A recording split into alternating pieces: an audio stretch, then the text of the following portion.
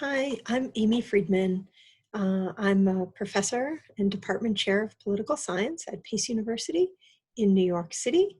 And my paper presentation today is on China's Belt and Road initiatives in Southeast Asia, and I'm happy to be able to share my work with you.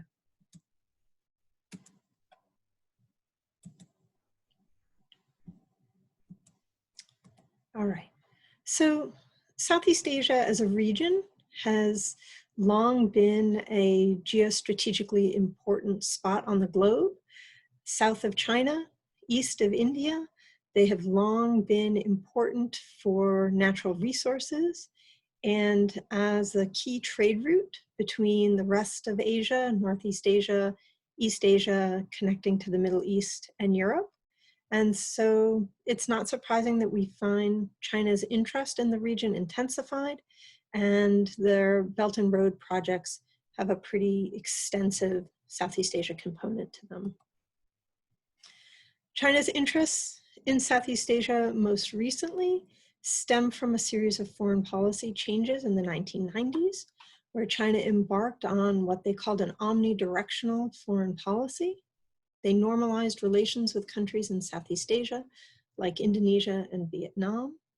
Then, after 9/11, as countries in Asia and elsewhere increasingly viewed the United States with skepticism and annoyance, as we were quite single-minded in our focus on terrorism, China chose that time to launch what some referred to as a charm offensive throughout Asia. Instead of demanding or even asking things of other countries, China came looking to focus on business deals. They sought to increase investment in China, particularly from ethnic Chinese in places like Malaysia, Singapore, and Indonesia, and to increase Chinese purchases of natural resources throughout the region. While the United States was preoccupied by wars in the Middle East and Afghanistan, and after the economic meltdown of 2008, China's relationship with the region kept changing rapidly. In this period, the 1990s and the 2000s, countries in Southeast Asia saw it to their advantage to try and balance ties to the United States with increasing ties to China. They saw this as a better course of action than simply siding clearly with one or the other. International relations theory often sees countries engaging in balancing behavior, but what we see pretty clearly in Southeast Asia is countries were choosing to hedge rather than balance. Certainly there were concerns about economic competition from China. A free trade deal between China and countries in Southeast Asia has generated discontent among some groups in society, as local producers feared they couldn't compete with Chinese ones. For example, Thai garlic farmers were worried that they would be completely outdone by Chinese producers. There's also fear that Chinese competition would lead more broadly to a hollowing out of Southeast Asia's local capacities. Trade agreements and foreign investment from the United States were viewed as ways to balance this possibility. Traditional security ties with the United States in countries like Thailand, the Philippines, Malaysia, and Singapore also felt like they were a source of continuity and stability in the region. After 2016, a couple of developments to point out. First, the continued growth of Chinese power. They ramped up spending and investment throughout Asia, which we'll get to in a moment. Xi Jinping's consolidation of power within the party and within China itself, along with waning US interest in the region, has tilted the balance of power decidedly in China's favor. Initially, countries in Southeast Asia thought maybe Trump's election might benefit them. He was less likely to badger countries about human rights issues than his predecessor, and his reputation as a businessman who liked to make deals opened the door to the possibility that the US would strengthen its ties to Southeast Asia. In fact, the reality has not played out this way. Trump has shown very little interest in Southeast Asia. He sends lower-level officials to ASEAN meetings, and his trade war with China has resulted in massive uncertainty in already existing supply chains and production networks. The growth of Chinese power is perhaps the most significant factor for what we're interested in today. China went from being the sick man of Asia to being a superpower, all within the short period of about 40 years. Internally in China, infrastructure has been nothing short of amazing. In 1990, Shanghai had no subway system. In 2018, the metro system had more than 400 miles of rail line.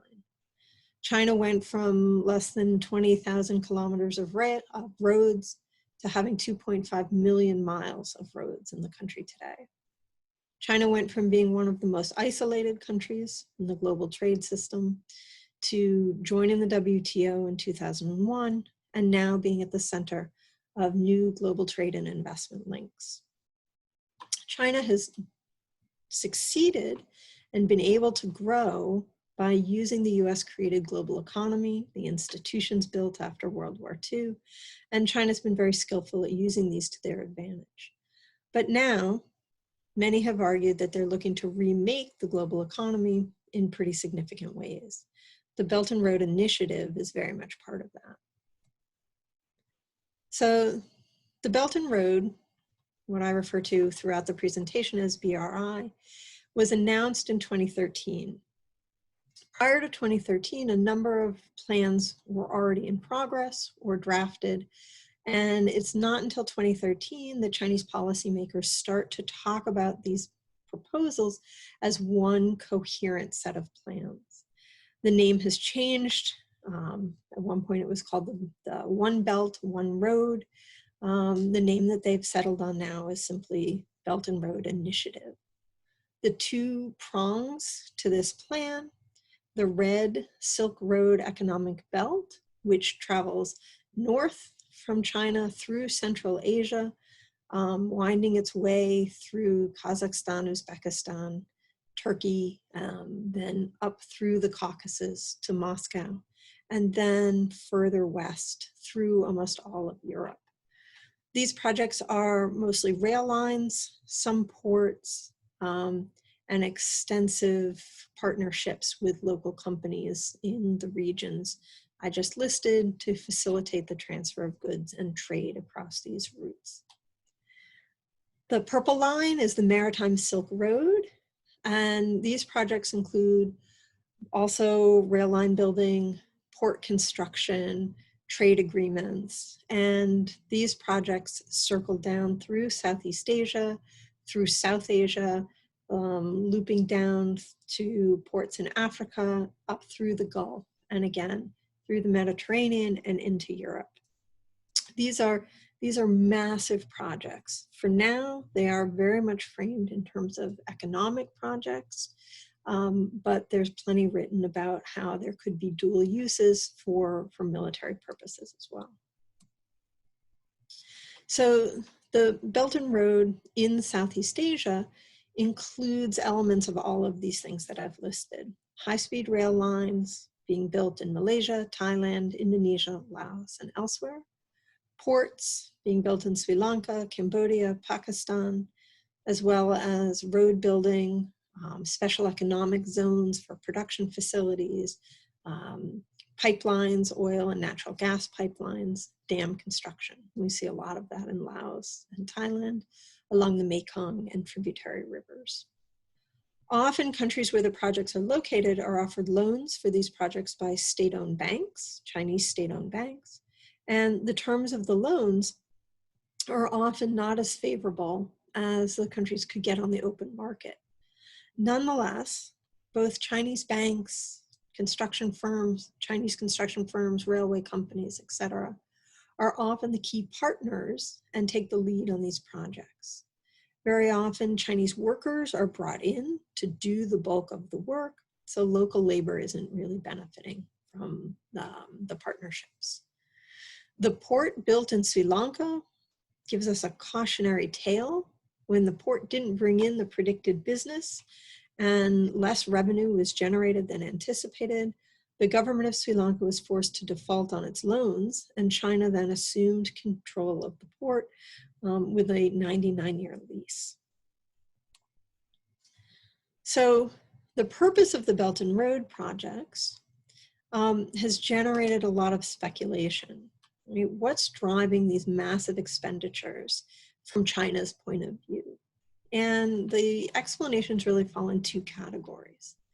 The external reason, right, is really the international relations, the balance of power explanation. That is that China is initiating these massive infrastructure projects to increase their own power as a counterweight or a balance to US power.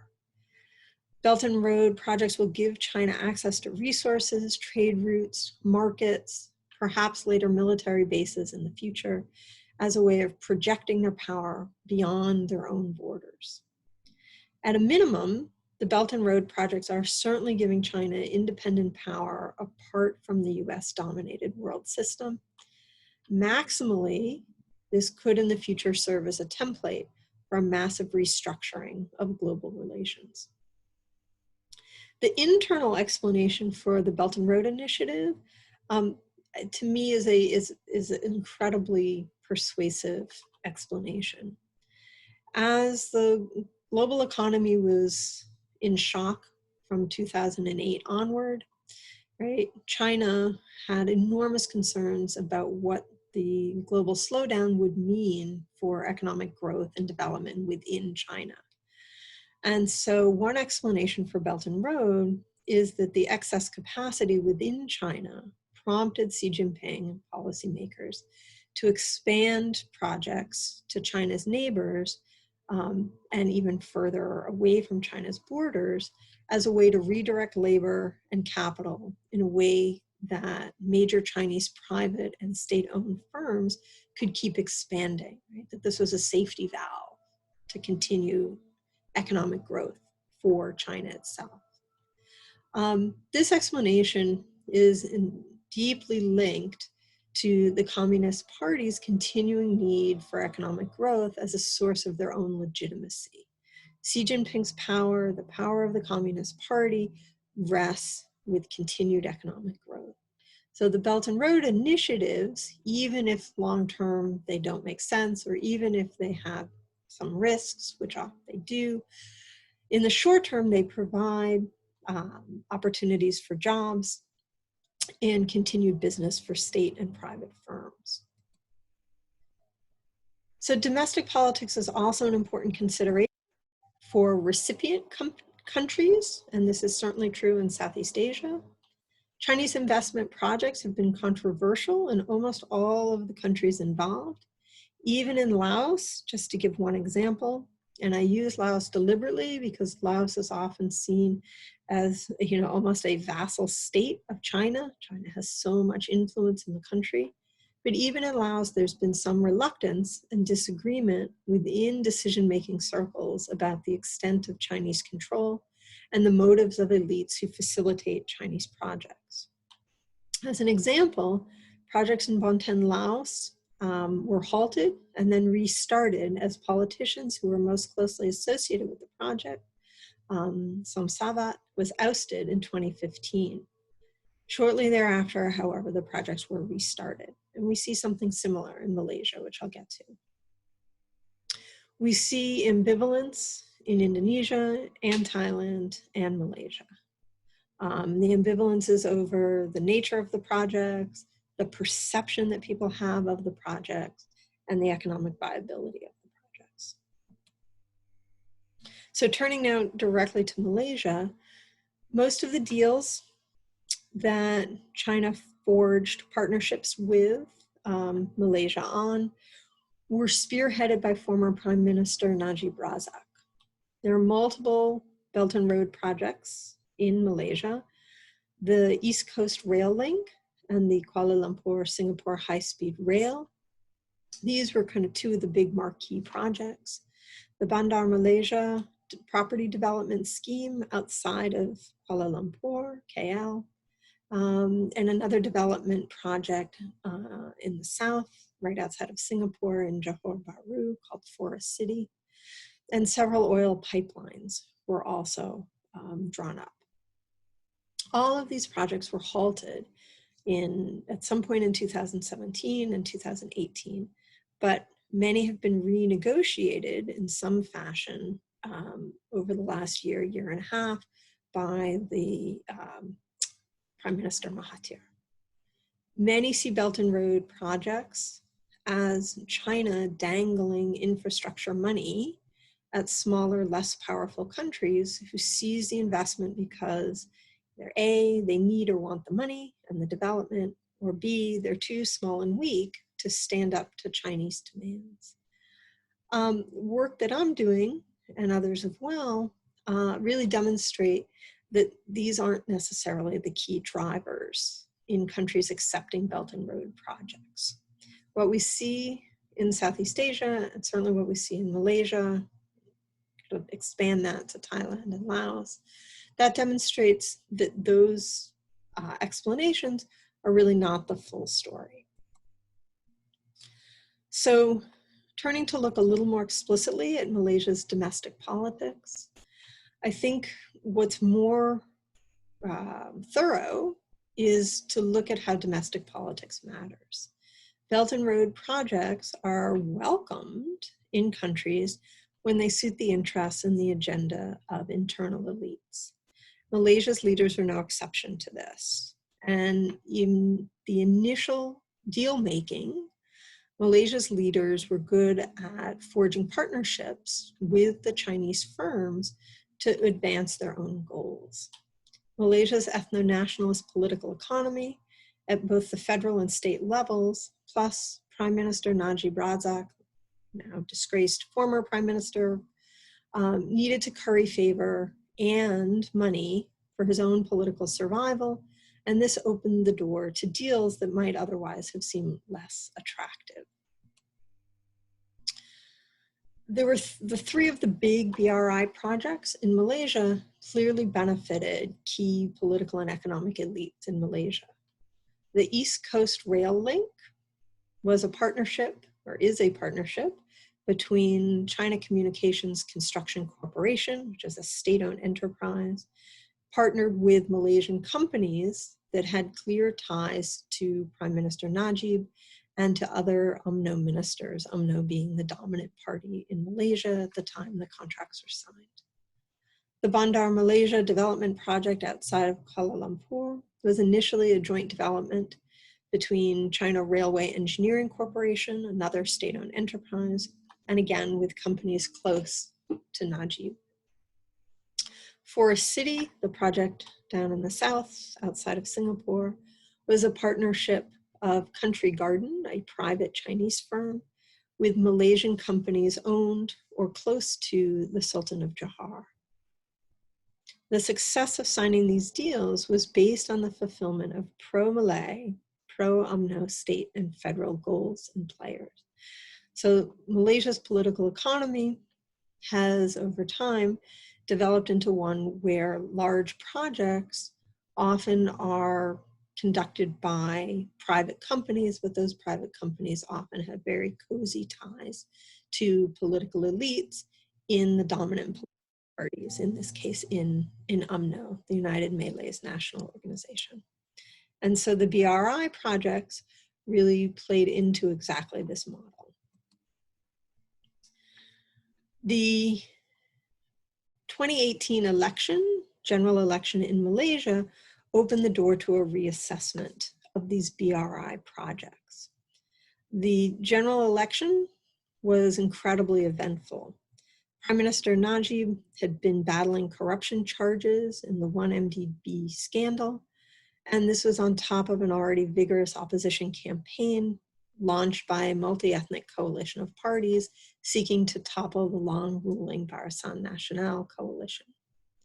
Mahathir Mohamad, who had served as prime minister from 1981 to 2003, and who was a longtime insider and leader of the dominant UMNO party, became actually one of Najib's fiercest critics. He criticized the corruption charges, he criticized Najib for all kinds of cronyism, and Mahathir, rather than just attacking him publicly, decided to launch a campaign to topple him. Mahathir formed a new Malay-based party called Bersatu. It's the Malaysian United Indigenous Party, and he used Bersatu to launch his criticism to try and get rid of Najib, and he was successful. As part of his anti-corruption message, Mahathir also criticized Najib's cozy relationship with China and with the Belt and Road projects. On the campaign trail, he promised to halt or renegotiate these deals to make sure that China wasn't taking advantage of Malaysia. So the opposition coalition won the 2018 election, and Mahathir reassumed the role of prime minister. True to his campaign, he did suspend the BRI projects in the summer of 2018, citing financial concerns. The projects that were suspended included the East Coast Rail Length and 2 pipeline projects. New government leaders suspected that the projects may have been connected to the 1MDB scandal, or that the costs were inflated and not on budget. At the time, about 30% of the cost had been paid, but only 14% of the work had been completed. However, by the summer of 2019, some of the projects were back on track. Malaysia renegotiated the East Coast Rail Link, saving about 21.5 million ringgit, Malaysian ringgit, and further targets for completion and rules for Chinese workers were put in place. Greater input was solicited from local state governments in Malaysia as well. So the consequences of this brief example, Mahathir's renegotiation of parts of the Belt and Road projects demonstrate a few critical things. First, countries in Southeast Asia, even relatively well-off ones like Malaysia, want the infrastructure help and funding. Second, countries want to do business with China and don't see the Belt and Road necessarily as a threat, nor do they see related technology projects like Huawei's investment in Malaysia as a threat. Countries like Malaysia are willing to buck US interests on this particular topic. The US views Huawei as a potential military and economic threat, and they don't want a Chinese firm to have a lock on 5G technology, but Malaysia has no such concerns. Closer ties to China have given Malaysia a way to balance reliance on American and European markets and pressures. And China has been very skillful at nurturing ties to local business elites with strong domestic political ties to facilitate support on the progress, and vice versa. Political elites can reward their key economic allies by fostering such ties with China. So regardless of who's in power, these deals can be an asset to politicians. Finally, nearing the end, the Belt and Road projects are going to help China realize their ultimate goal of really redrawing maps and configurations of power in the region. China has pointed to ancient maps. The red line here, it reflects China's claims. It's called the 9-dash line. And China claims that everything inside of this red line reflects Chinese territory, right?